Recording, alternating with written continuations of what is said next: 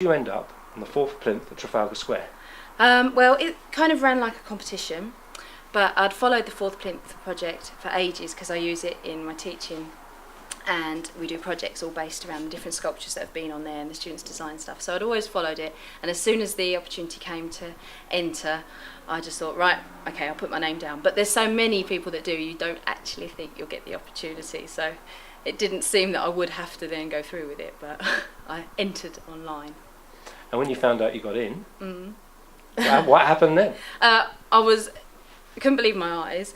I'm very excited, but also then sort of struck by terror and fear about the thought of being up there all by myself and what I would do. But then I started thinking about, okay, what do I want to do now? I've got this opportunity, and that was quite exciting. And luckily I was in the summer holidays, so I could spend some time planning and thinking. So what did you do? What theme did you take? Well, I wanted it, because it's a space for art, I wanted to go along the art route and use it to make art up there and to kind of share the joy that I get from really making stuff by being up there and busy making. But I also wanted to keep busy because I felt that I would be less self-conscious and less nervous if I was doing something. So I came up with a few ideas, and the design I came up with was for a sculpture that was sort of based on Trafalgar Square. So I made, with the help of Mr. Baton here in CDT, these two chalkboards that were the shape of the lions, and then I prepared a lot of figures cut out of wood that were as if they were waving up at the plinth, and they all slotted together and built up off the lions, and I drew on them as I was up there so that they were like the people that I could spot from up there, so I put their clothes on them that I could see. So it was about what was happening while I was there. And whilst you were there, were the people milling around?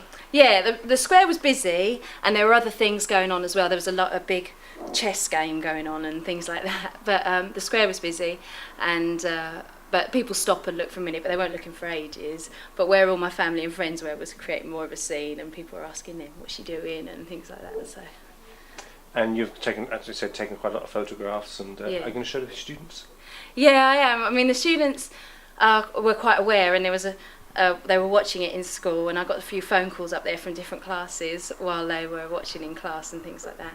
So yeah, I'm going to bring the sculpture into school and set it up, and they've done a little bit of work, some of the classes, about what they would do if they got the opportunity to go up there and stuff like that. So we'll put it all up together and see.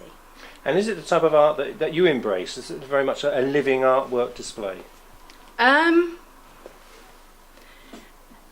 The idea of the sculpture at first, I was a bit like, well, I was talking about it with the children, and actually Anthony Gormley's idea of this sculpture was a competition in itself.